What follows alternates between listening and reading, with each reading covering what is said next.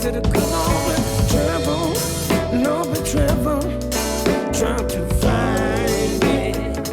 Why don't we hear another song? Okay, this song is entitled I Hope Somebody's Loving You, and I really do, my North Carolinians. As I've traveled through your state, I often think that as I'm in the grocery store following you.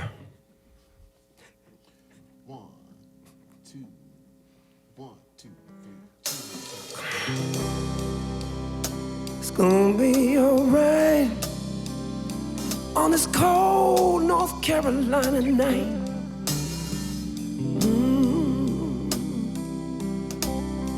I hope somebody's loving you in the deepest way. I hope somebody's loving you every night and day. Ain't nobody loving you. I know this may sound rather strange, but I give it on up to you. I give it on up to you. I hope somebody's kissing you in the sweetest places. Sweetest places. I hope somebody's missing you every time you go away. Yes, I do. Go away. And I hope somebody's digging you, not digging your grave. Trying to give it on up to you. I give it on up to you. Come on and tell me everything you ever wanted me to be, and I give it on up to you. Tell me everything you ever wanted me to be, child, and I give it on up to you. Come on, tell me everything you ever wanted me to be now. Oh, and I give it on up to you. I think I could really love you. I could really love you. I give it on up to you. Yeah, yeah, yeah, yeah, yeah, yeah. Yeah, yeah, yeah,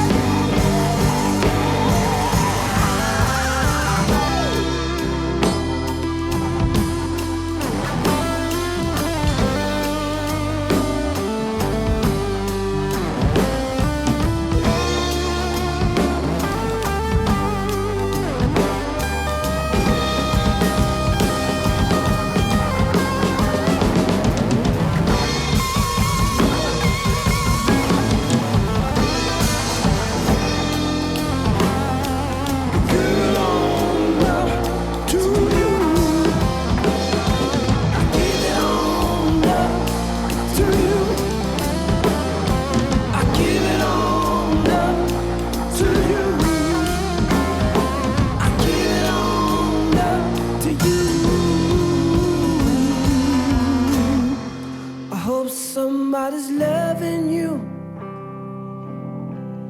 in the sweetest way. I hope somebody's loving you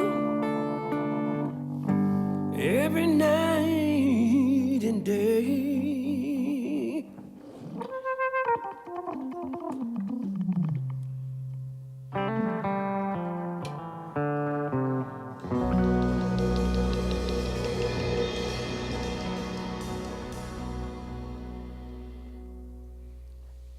It's another new one from Fantastic Negrito here on WNCW, and another one from that new album, Son of a Broken Man, which Yes. kind of pretty autobiographical, the whole album in general, or? Kind of. My father was a complicated person. Yeah. And I'm his son. Uh-huh. He wasn't He was complicated. Yeah. We'd be here all day talking about that one. Well, yeah, if you want to, hey, we got all day. But suffice to say, you've shared a little bit about traumatic time of his departure and stuff, and not really being able to reconcile. I mean, if my dad was alive today, he'd be 120. Oh. Yeah, there right. you go. Your reaction just said it. Like, oh. In human years, you're talking. Yes. Not. So Yeah. he had me when he was 63 and my mother was Okay. 30. Yeah. So he was older than my grandmother. Uh-huh. Yeah. It was Wow. complicated. It's complicated. Yeah. Is it music in your family from him or your mom? Well, I found out that it was a little bit. Yeah, had some people that were musicians. He just never told us.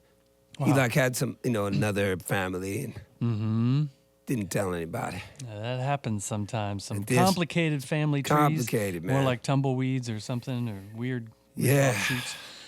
Yeah. Well, blues in particular, because blues is such a foundation of your work.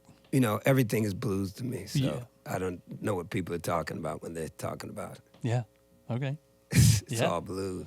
Well, from what I gather from your albums, of which, again, folks, 3 of Fantastic Negrito's albums have won Grammys in the last few years.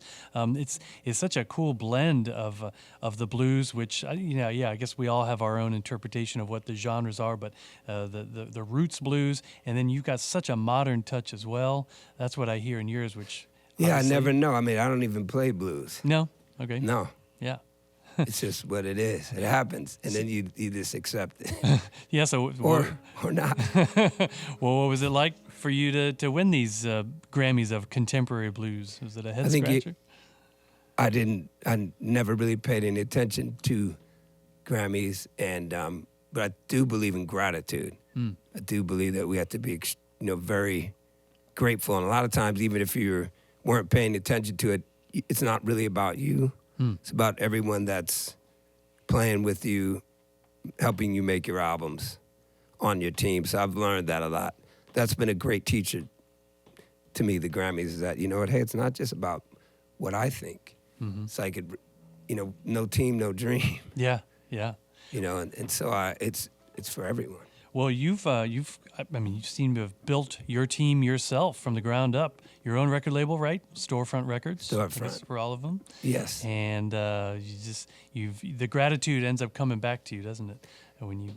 I'm not looking for it. No. I'm just like, it's gonna be what it is. When I'm looking for stuff, I'm usually getting into trouble. So I try not to look for anything or try to desire too much. Yeah, yeah, Just be grateful for everything, for being here today. yeah. We Right made on. it safe. We landed safely, and we're all here. And I'm a huge believer in that. When you have a platform, you should speak peacefully and encourage people and try to be a fine example of a human being. Try. Mm-hmm. I mostly fail, but I always try. So you're humble too. That's good. Good to be modest. I'll let you say it. And to be aware of our shortcomings, but yeah, you got a purpose, and it's not surprising to me that you're gaining all this great success. Who produced this last album? Was it you? I always produce everything. You do. Okay, you're the man. Yeah, nobody can make these crazy records, just me. All right. I think people always want to make we're going to make this kind of record. And I thought if I was going to start this at 46 years old, I was like, why can't I just do what I want? I feel like 20-year-olds have that pressure, or people that sell like 1 billion records. My advice is be yourself. Find yourself first, because that's the hardest thing. Find yourself, accept yourself, improve upon yourself, be yourself, love yourself, and then keep improving. And repeat as necessary. Repeat as necessary. Nobody, don't ever believe in someone else's repressed fantasy of you, because that's quite common. People treat you like a commodity in this business. And this is a business of spirituality when you're making music, and it's hard to commodify spirituality. It's dangerous. This business kills a lot of people. So as the 10th anniversary of the Tiny Desk, that's kind of my message, is that the beautiful thing about winning Tiny Desk is I didn't know what it was, so I didn't want it. And it was beautiful. Yeah. And I wasn't, trying to look good for it or play my best, or I was just a busker on the street being myself, which wasn't acceptable to everyone, but I was quite content in being a contributor at the subway every day. At the train station, I felt like a contributor, or in front of Colonial Donuts at 3 a.m. I wasn't on drugs. Mm-hmm. I was actually just playing a few songs. Yeah. And if you really want to test your songs out, go play them for people that don't want to hear them. People on the streets. Yeah, yeah. And you'll see how good your songs are. Yeah. It sounds like some lessons we've learned here at WNCW. We love Charlie Crockett. It sounds like he's got a similar background. I don't know if you know him, but from busking, playing on the streets, hardcore, and then finally getting the success. That seems to be kind of the foundation of the NPR Tiny Desk scene is to find folks that are undiscovered, yeah, but also really just genuine, playing. Genuine, I like that word. Yeah, genuine. Yeah, and playing for the muse itself. Playing because you love it. You Yeah. play it whether you are rich or poor, or you just get out there and play it because you love it. And I think the big word is contributor. Again, I think it has to look at the arts that way, where it's, well, you don't have to, but I like to approach it from that aspect that I think there's a reason why we go to museums. You're looking at me like, why? Why? I like that.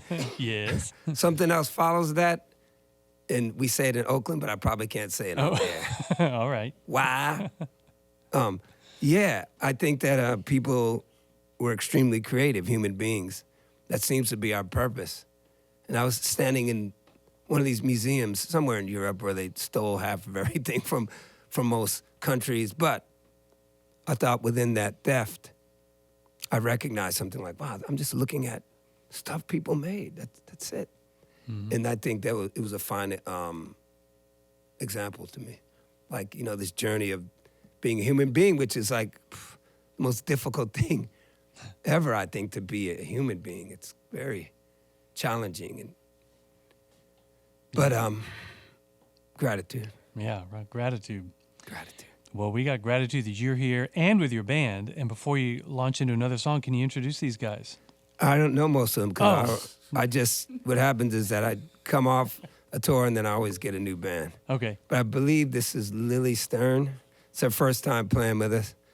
This looks like Clark Sims. This guy, I've played with him a long time, though. He's been with me. He just became a father, by the way. Oh, congrats. No, as in a bishop, father. Oh, well, also Clergy. congratulations. Yes. Yeah, on the keyboards. And on the keyboards. We got Scott Keller. Scott Keller on the drums.